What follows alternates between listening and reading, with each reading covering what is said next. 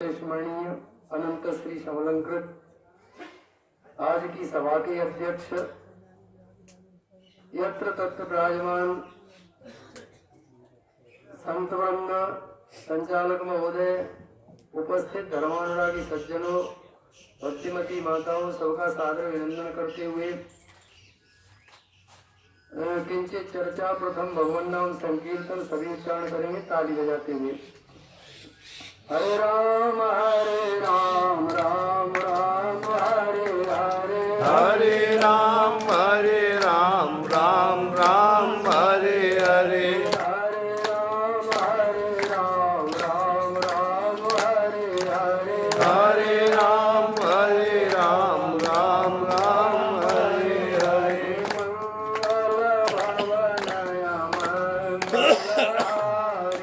मंगल भवन मंगलहारी, मंगल भवन मंगल भवन मंगलहारी,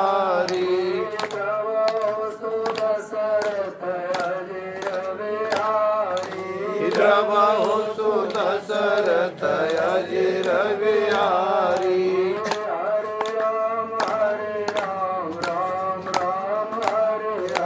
हरे राम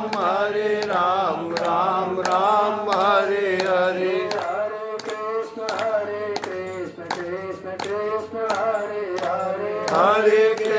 हरे कृष्ण कृष्ण कृष्ण हरे हरे। की जय देव। दूरेण ह्यवरं कर्म बुद्धियोगा धनंजया, बुद्धौ शरणं मनविच्छ कृपणा फल हेतवा। आप प्राय करके सभी लोग जानते हैं कि जब अर्जुन ने भगवान कृष्ण से कहा कि सेनयोर वयोर मध्य रथम स्थापयमेच्युत, हे कृष्ण हे केशव, मेरे रथ को दोनों सेना के मध्य भाग में ले चल के खड़ा करिए। तो यद्यपि भगवान कृष्ण परात्पर परम ब्रह्म है, लेकिन जब किसी के रथ की बागडोर थामे हुए तो जैसा रथी आदेश देगा तद अनुरूप आदेश का पालन करना पड़ेगा। तो भगवान कृष्ण ने ले जा करके भीष्म द्रोण प्रमुखते सर्वेषां च महीक्षिताम्, शायद भगवान कृष्ण जो पितामह भीष्म आचार्य द्रोण और कृपाचार्य जैसे महारथी और पूज्य पुरुष थे, उनके सामने न खड़ा करके कहीं अन्यत्र खड़ा कर देते तो शायद अर्जुन की जो स्थिति हुई थी वो न होती। और जैसे ही सामने उन लोगों को देखा तो दृष्टियमं स्वयं कृष्ण युस्तुम समुपस्थितम, अब तो वो उसकी ये हालत हो गई कि उसका शरीर कांपने लगा, वाणी लड़खड़ा गई, पैर खड़े होने के लिए समर्थ नहीं हुए और विसृज्य ससरम चापम शोक संविघ्न मानसा, कहीं धनुष रख दिया, कहीं बाण रख दिया और बिल्कुल शिथिल होकर के जाकर के रथ के पृष्ठभाग में बैठ गया। तो मोहाच्छन्न होने के बाद जब भगवान उन्हें उपदेश देते हैं तो गीता में जो भगवान कह रहे दूरेण ह्यवरं कर्म बुद्धि होगा धनंजया, हे अर्जुन, ये जो बुद्धि योग है, बुद्धि योग का मतलब आप समझ लीजिए समझदारी। सामान्य भाषा में वैसे तो इसका अलग अर्थ है, लेकिन बिल्कुल साधारण भाषा में समझेंगे तो बुद्धि योग का मतलब है समझदारी। और भैया हम आपको एक पूछना चाहेंगे बात कि कोई भी काम करो यदि वो समझदारी पूर्वक न हो, विवेक पूर्वक न हो, होश पूर्वक न हो तो वो काम क्या ठीक ठाक होगा? नहीं हो सकता। कोई भी कर्म करने के लिए समझदारी की बहुत जरूरत है। यदि आप हल चलाते हो और हल चलाने में भी समझदारी नहीं करोगे तो आप पशु का मतलब पाँव काट दोगे, या ऐसा जोतोगे कि कहीं पर जुतेगा और कहीं पर छूट जाएगा। तो बिना समझदारी के संसार में कोई भी कार्य ठीक ढंग से संपन्न नहीं हो सकता, ये आप सभी जानते हैं। तो भगवान कृष्ण बुद्धि योग का बड़ा भारी महत्व बताते हुए कहते हैं कि एक तरफ रख दिया जाए कर्म और एक तरफ रख दिया जाए बुद्धि योग अर्थात विचार, समझदारी, विवेक। तो उस विवेक के सामने कर्म का कोई महत्व नहीं है। देखो, अपने से भिन्न, अपने स्वरूप से भिन्न जो भी चीज आप देखोगे, जो भी बात समझोगे, जो भी उसकी जानकारी होगी, तो उस जानकारी के बाद भी उसको प्राप्त करने के लिए प्रयत्न की अपेक्षा रहेगी। मान लीजिए हमने देखा कि इनका जो कपड़ा बहुत सुंदर है। अब सुंदर कपड़े की हमें जानकारी हो गई, कपड़ा बहुत बढ़िया है। वैसा ही यदि हम कपड़ा लेना चाहें तो उस कपड़े को प्राप्त करने के लिए हमें प्रयत्न की जरूरत पड़ेगी नहीं पड़ेगी? तो संसार में कोई भी अपने से भिन्न पद पदार्थ वस्तु या व्यक्ति की यदि जरूरत पड़ती है तो उसका ज्ञान होने के बाद भी कर्म अपेक्षित है, कर्म की बहुत बड़ी आवश्यकता है। और यदि अपने स्वरूप को जानना हो तो अपने स्वरूप को जानने में, अपने स्वरूप का साक्षात्कार होने में किसी भी कर्म की जरूरत नहीं है। ये सिद्धांत है। तो कह रहे हैं कि दूरे न यवरम कर्म बुद्धि वाला धनंजय। अब उन्होंने ये तो बता दिया कि बुद्धि बहुत श्रेष्ठ है और कर्म जो न्यून है। तो करे क्या कि बुद्धो शरणम मनुष्य, तू बुद्धि की शरण ग्रहण कर, अर्थात समझदारी की ग्रहण कर। अब समझदारी की जब ग्रहण मतलब शरण ग्रहण करिए कहा तो आगे वो कहते हैं कृपणा फल हेतवा। जो फल की इच्छा को उद्देश्य में रख करके कोई व्यक्ति किसी कार्य को करता है तो वह कृपण है।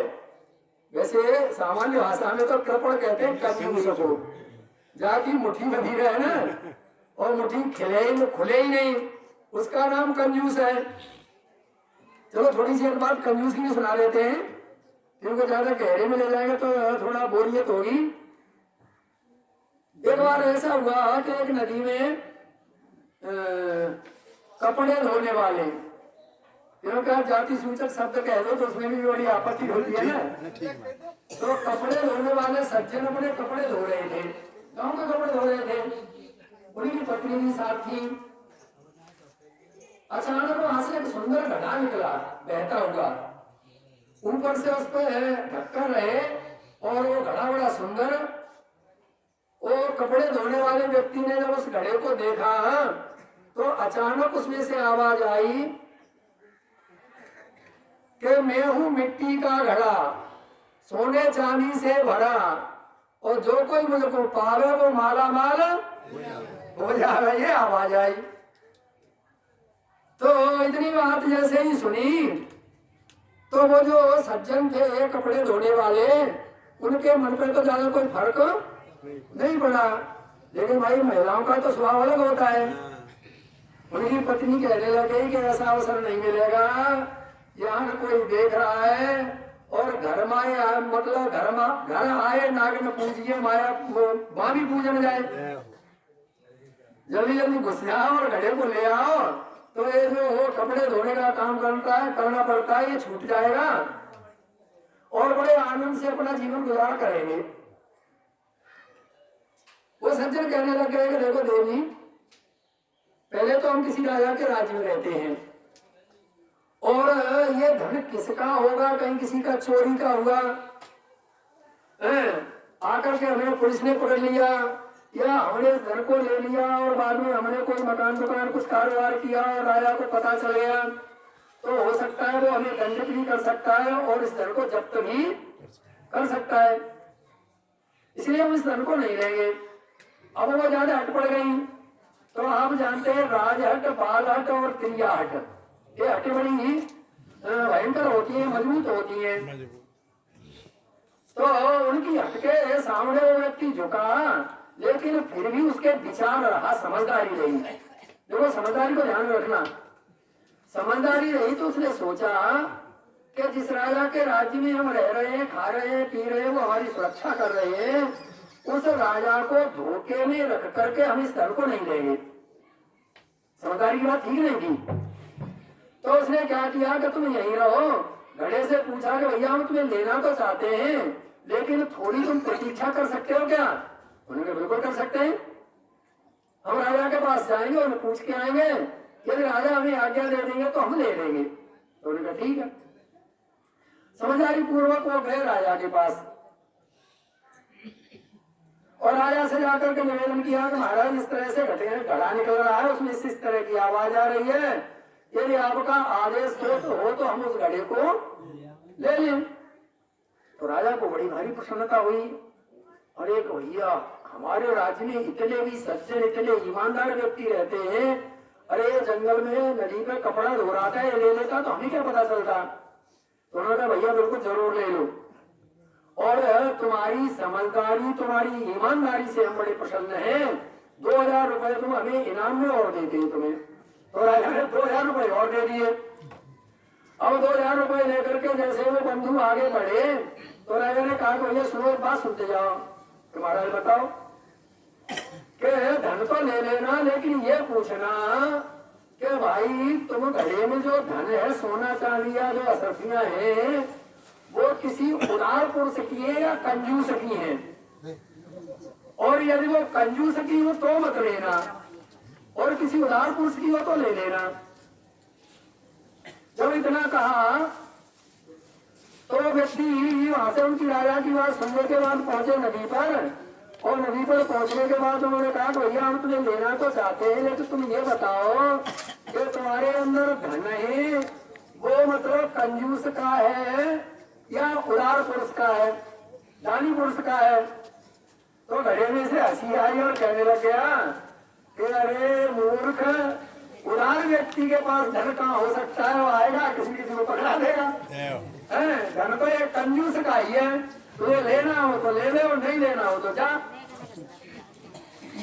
अब उन्होंने कहा भैया तू कंजूस का है, तुम्हारे राजा ने मना किया हुआ है, हम तुझे नहीं लेंगे, तू जा सकता है।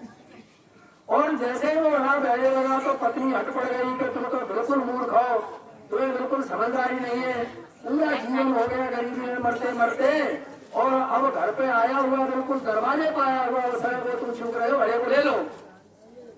अब जब ज्यादा कही तो अंदर गया, और जैसे ही घड़े के पास पहुंचा तो उसने कहा कि घड़े में से आवाज है कि भैया तू हमारे अंदर हाथ डाल करके देख ले, हमारे अंदर कुछ है भी कि नहीं, फिर तू मतलब बाद में परेशान हो। तो उन्होंने कहा बात सही है, पहले देख तो ले। तो उसने घड़े का ऊपर का ढक्कन हटाया और हटा करके जैसे ही घड़े में हाथ डाला तो जाने क्या जादू हो गया। अब वो हाथ बाहर को खींचे, लेकिन उसका हाथ बाहर को नहीं फंस गया। अब फंस गया, अब घड़ा आगे वो बढ़ रहा है और वो घड़े के साथ साथ खिंचल रहा है। अब गहरे पानी में जाने लगा। अब जब गहरे पानी में जाने लगा तो उस घड़े में से आवाज आई कि इतनी सहज में मिलने वाला नहीं है, धन कंजूस का है, और तुम्हें हम ठिकाने लगा देंगे। अब उसने कहा कि देख ले भैया, देवी जी तू यार हट पर रही थी, अब गए हम काम से। तो उन्होंने कहा कैसे? थोड़ी ताकत लगाओ और निकल आओ। अरे ताकत तो काम नहीं दे रही। तब तक घड़े में से आवाज आई कि हम तेरा हाथ छोड़ सकते हैं, लेकिन राजा के यहाँ से जो 2000 रुपए लेके आया वो हमारे अंदर डाल दे तो छोड़ देंगे। जय हो। अब जब इतना कहा तो देवी जी बोली अरे कि वो रुपया जल्दी डाल दो, तुम कैसे बचो। तो उन्होंने लेकर के वो 2000 रुपए उस घड़े में डाले, उस घड़े से हाथ छूट गया।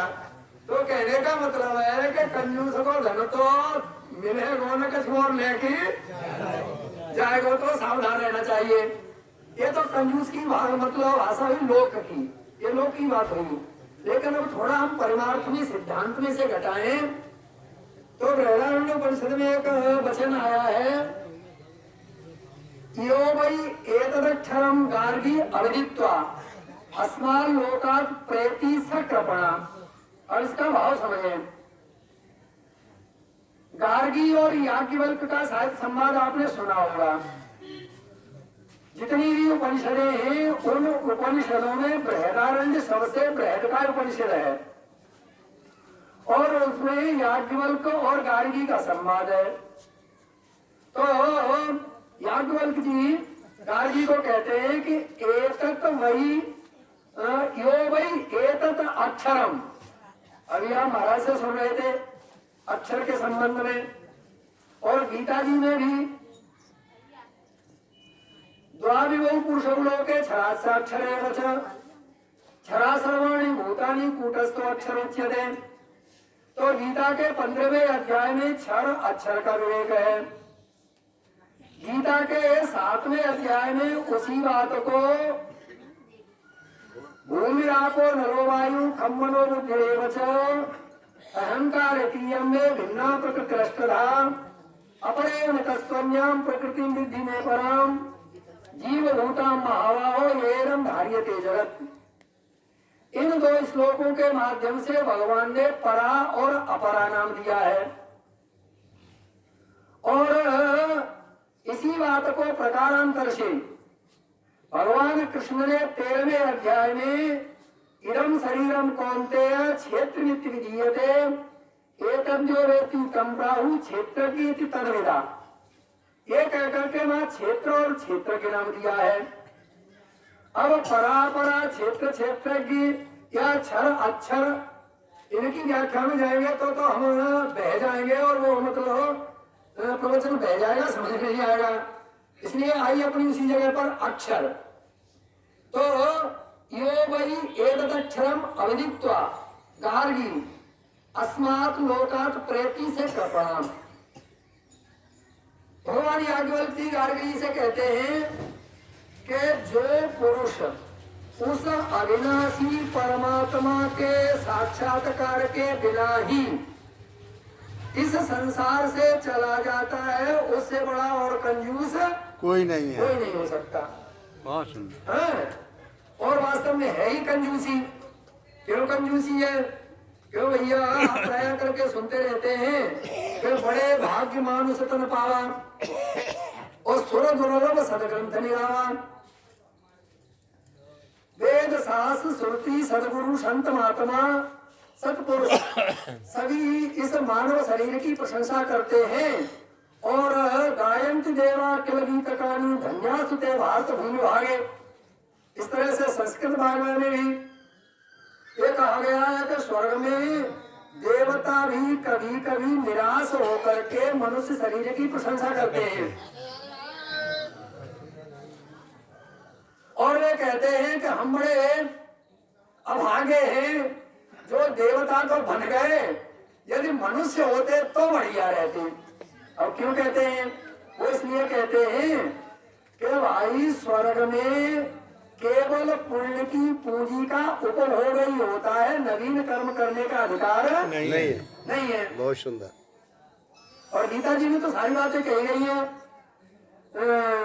एतम भुक्त्वा स्वर्गलोकम विशालम क्षीणे पुण्य मृत्युलोकम विशंति। वहां भी यह नहीं है कि परमानेंट वहां स्वर्ग में बने ही रहे। ये भी भय लगा रहता है कि कब पुण्य की पूंजी खत्म हो गई और कब धक्का दे करके नीचे पटक दिया जाए, तो भय बैठा रहता है।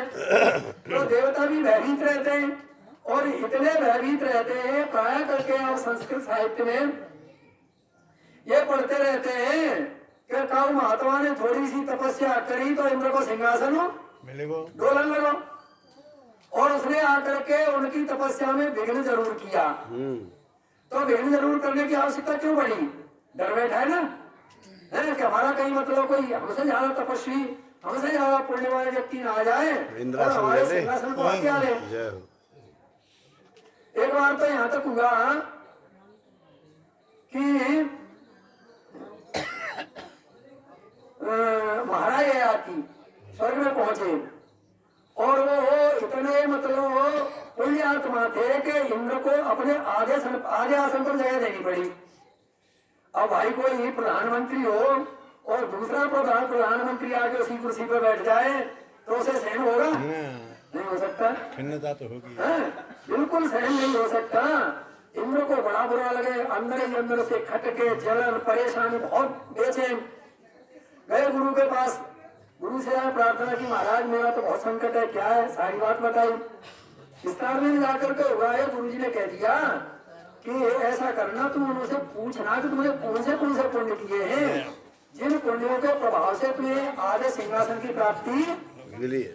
और आप जानते हैं कि कोई व्यक्ति अपने सत्कर्म का अहंकार पूर्वक यदि बखान करता है तो सत्कर्म नष्ट हो जाते हैं। बिल्कुल।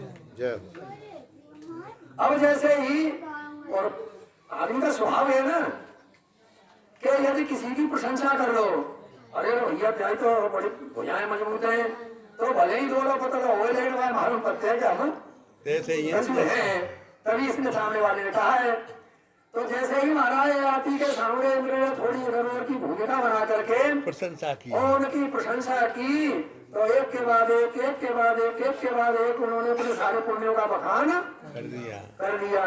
तो इंद्र ने एक धक्का दिया, चलो छुट्टी यहाँ से। वो तो अच्छा ये हुआ कि गिरते गिरते, देखो महापुरुषों के संग का क्या प्रभाव होता है, इससे ये भी इंगित है कि चलते चलते पूछा महाराज आती ने कि इंद्र देवता, आपने चालाकी से हमें इंद्र पद से तो च्युत कर दिया, धकेल दिया, लेकिन कम से कम हमारे ऊपर एक कृपा कर दो कि हम कहीं गिरे पृथ्वी पे जा करके तो महापुरुषों के बीच में गिरे। जय हो। तो इंद्र को नहीं मालूम था कि इससे कोई गड़बड़ हो जाएगी। उन्होंने कहा तथास्तु।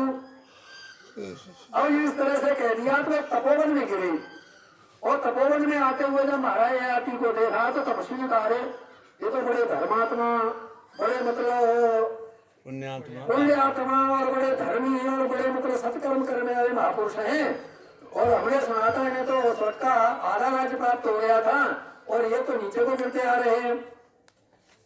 उन्होंने अपनी शक्ति से रोक दिया, पूछा, सारी बात मिली। तो सारे महात्माओं ने, सारे तपस्वी ने तपस्या का पुण्य का चंदा किया। चंदा तो जानते ही ना। उन्होंने कहा धन समझ दिया अपने पुण्य का, उन्होंने कहा 20 मान समझ दिया, किसी ने कहा हमने 5 अंश दिया, हमने ये दिया वो दिया, कहते के मतलब उन्होंने एक पुण्य का चंदा करके और महाराज याति को दिया और वो पुनः स्वर्ग को चले गए। तो ये तपस्वी के बीच में गिरने का प्रभाव हुआ नहीं हुआ? अच्छा, कृपणा फल हेतवा, ये बात चल रही है ना। जहां तक हमारे जीवन में कोई इच्छा बैठी होगी तो ये समझ लो वो कृपणता का सूचक है। कोई व्यक्ति अपने जीवन में इच्छा पाले होगा, इच्छा की ओढ़नी पहन करके अपने आत्मा का साक्षात्कार करना चाहे सो नहीं हो सकता। अपने स्वरूप का साक्षात्कार करने के लिए तो बिल्कुल नंगा होना पड़ेगा। आपके अंदर जो संस्कार है, काम है, क्रोध है, लोभ है, मोह है और जो वासना है, उस वासना के वस्त्र को जब तक नहीं उतारोगे तब तक आत्मा का साक्षात्कार नहीं हो सकता। अच्छा, अब यहाँ कहते हैं कि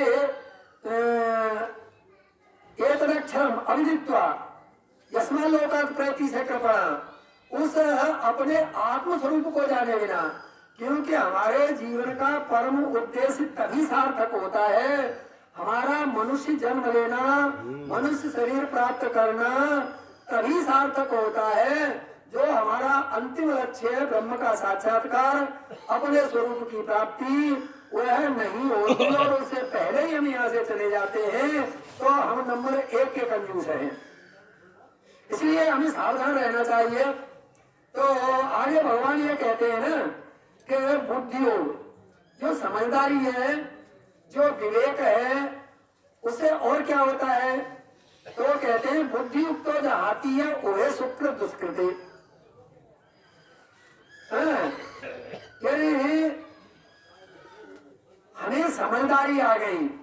देखो समझदारी का हम थोड़ा सा बता दें आपको। जैसे मान लीजिए कोई चीज मिश्रित हो गई है और मिली हुई चीज को हम जब अलग अलग करें तो ध्यान से, छोटी चीज हो तो ध्यान से एक एक अलग कर पाएंगे ना, और उसमें उपयोगी होगी उसको हम ग्रहण कर लेंगे, और जो चीज अनुपयोगी होगी उसका हम त्याग कर देंगे। ये तो नियम है ना। अच्छा, अब ये जो आपको शरीर मिला है और शरीर की बड़ी भारी प्रशंसा भी की गई है, और ये शरीर में से जो चेतन तत्व है वो नर है, तो शरीर की प्रशंसा करते हैं या इसकी निंदा करते हैं? निंदा ही करते हैं। अच्छा, वैसे तो हम देखें कि हमारे शरीर में कोई भी ऐसी उपादेय चीज नहीं है जिसको प्राप्त करके हम धन हो सके, जिसमें खून है, पीव है, क्या क्या है, हैं? ये कहते हैं ना कि आदमी का जिस्म क्या है, आदमी का जिस्म क्या है, जिस पर सैदा है जहां, एक मिट्टी की इमारत, एक मिट्टी का मकान, खून का गाढ़ा बनाया ईंट जिसमें हड्डियां, और चंद श्वासों पे टिका है एक ख्याली आसमान, और मौत की पुरजोर आंधी जब इसे टकराएगी और देख लेना ये इमारत खाक में मिल जाएगी, थोड़ी देर नहीं लगेगी, जरा सी देर नहीं लगेगी, खाक में मिल जाएगी। इसलिए इसकी इतनी प्रशंसा की गई है, तो इसलिए की गई है कि हम इस शरीर के माध्यम से अपने आत्म साक्षात्कार के लिए प्रयत्नरत रहें, हैं?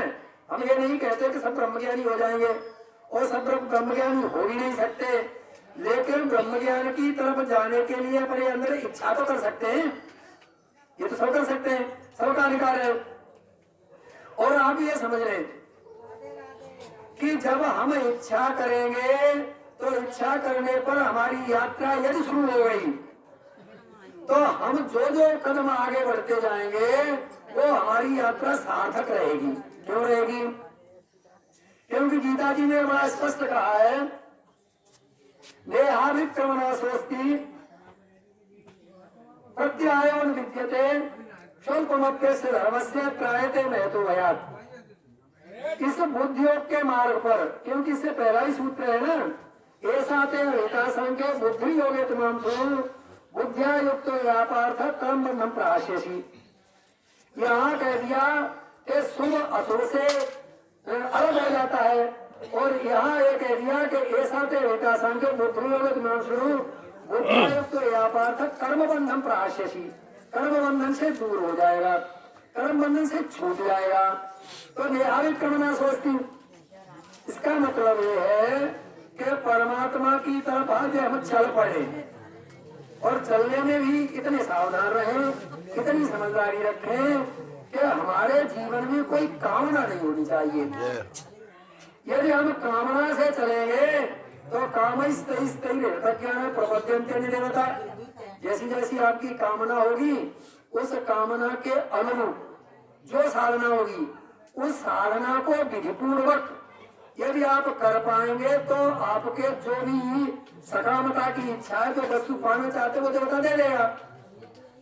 और ये सकाम कर्म कर रहे हैं, और सकाम कर्म में जरा सी भी त्रुटि हो गई तो वो त्रुटि आपको बजाय लक्ष्य को प्राप्त कराने के बाद आपको उल्टा ले जाके पटक देगी, पतन की तरफ ले जाएगी। यहाँ तक हमने सुने कि हनुमान जी की वो कोई सिद्धि कर रहे थे और सिद्धि बीच में बिगड़ गई, वो पागल हो गए, तो चले थे तो भगवान का भजन करने के लिए, और भगवान की प्राप्ति तो नहीं, उल्टे मतलब संसार में और मतलब गड्ढे में और चले गए, पागल और हो गए। लेकिन निष्काम कर्म पूर्वक जब परिमार्थ के पथ पर अपनी आत्मा का अन्वेषण करने के लिए जब हम किसी क्रिया या कर्म को करते हैं, कोई साधना करते हैं, तो उसमें ये खतरा नहीं है। ये भगवान कह रहे हैं बिल्कुल स्पष्ट, नेहाभि अभिक्रम नाशा अस्ति, इसके अभिक्रम का नाश नहीं। अभिक्रम का नाश मतलब ये है, अभिक्रम कहते हैं प्रारंभ को। जैसे मान लीजिए आपके मन में इच्छा हुई कि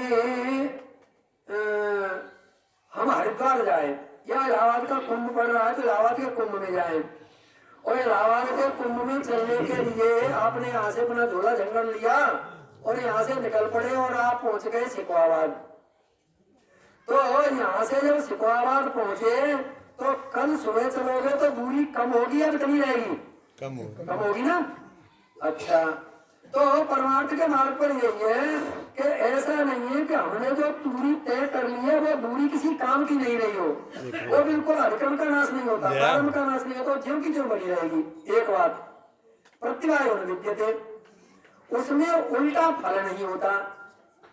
ये नहीं होता कि हमने कदम तो उठाए परमार्थ की तरफ और हम कहीं पागल हो गए, हम कहीं गड्ढे में गिर गए, ऐसा अविक्रम का नाश नहीं है और उल्टा फल रूप दोष नहीं है।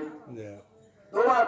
तीसरी बात है स्वल्पमप्य से धर्मस्य, यहाँ धर्मार्थ का जो धर्मस्य लिखा है ना, षष्ठी विभक्ति का प्रथमा रूप है, तो इस धर्मस्य का मतलब ये नहीं है कि हिंदू धर्म के ईसाई धर्म के पारसी धर्म के स्त्री धर्म के पति धर्म, ये नहीं है। यहाँ धर्म का मतलब है आत्मा के स्वरूप का नाम ही धर्म है।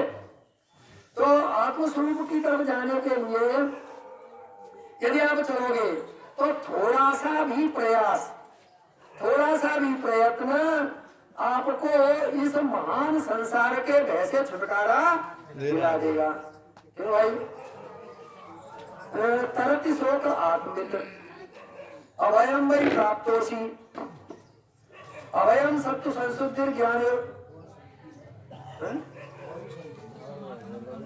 अरे भैया, हमें तो वहां से कह दिया था कि आप अपनी मर्जी से इतना बोला उतना बोल लेना।